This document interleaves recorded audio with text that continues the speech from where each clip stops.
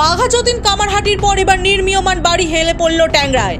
বুধবার সাত সকালে আচমকা হেলে পড়ল ট্যাংরার ক্রিস্টোফার রোডের একটি বিল্ডিং। স্থানীয়দের মধ্যে আতঙ্ক ছড়িয়ে পড়ে স্বাভাবিকভাবেই। বাড়ি তৈরির কাজ এখনো সম্পূর্ণ হয়নি। কিভাবে ওই নির্মীয়মান বহুতল হেলে পড়ল তা এখনো জানা যায়নি। তবে বাড়িটি নির্মীয়মান হওয়ায় সেখানে কেউ ছিলেন না বলে খবর। সেই কারণে হতাহতের কোনো খবর পাওয়া যায়নি। এদিন ক্রিস্টোফার এলাকার যে ছবি উঠে এসেছে সেখানে দেখা যাচ্ছে এক হাত দূরত্বে থাকা পাশের একটি বাড়ির দিকে হেলে পড়ে। দুটো বহুতলের মাঝখানে কোনো রকম জায়গা না রাখার অভিযোগ উঠেছে। এই পাশের বাড়িটা প্রমোটিংয়ের জন্যই দেওয়া হয়েছে। এটা আমার বন্ধুর বাড়ি। তো এই বাড়িটা এখন তো হেলে গেছে, এবার তো কিছু করার নেই না।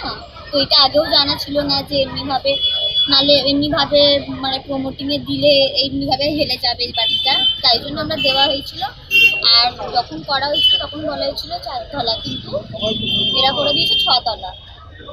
সেটা এরা মানে বলেছিল যদি ভিতটা ভালো করে তাহলে 6 তলা অবধি তুলবে।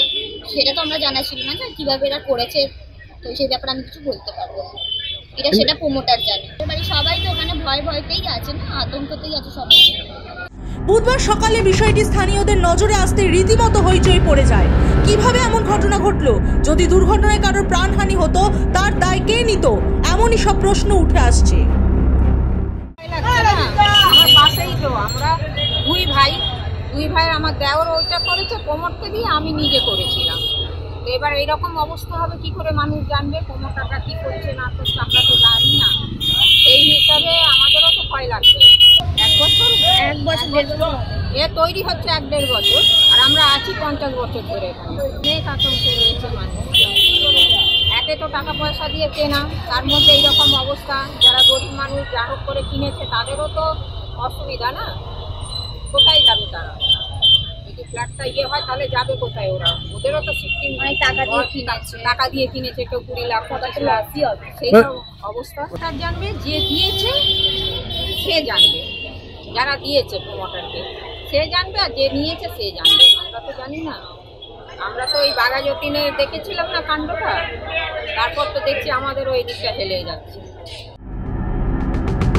গত 15ই জানুয়ারি বাঘাযতীন এলাকায় 99 নম্বর ওয়ার্ডের বিদ্যাসাগর কলোনিতে ওই বহুতল আচমকাই ধসে হেলে পড়েছিল। 2012 সালে তৈরি হয়েছিল বাড়িটি। সেই প্রেক্ষিতেই অভ্যন্তরীণ তদন্তের সিদ্ধান্ত নেয় কলকাতা পুরসভা। তারপর 1 সপ্তাহ কাটতে না কাটতেই ফের দক্ষিণ কলকাতায় হেলে পড়ল আরেক নির্মীয়মান বাড়ি। Bureau report, the wall.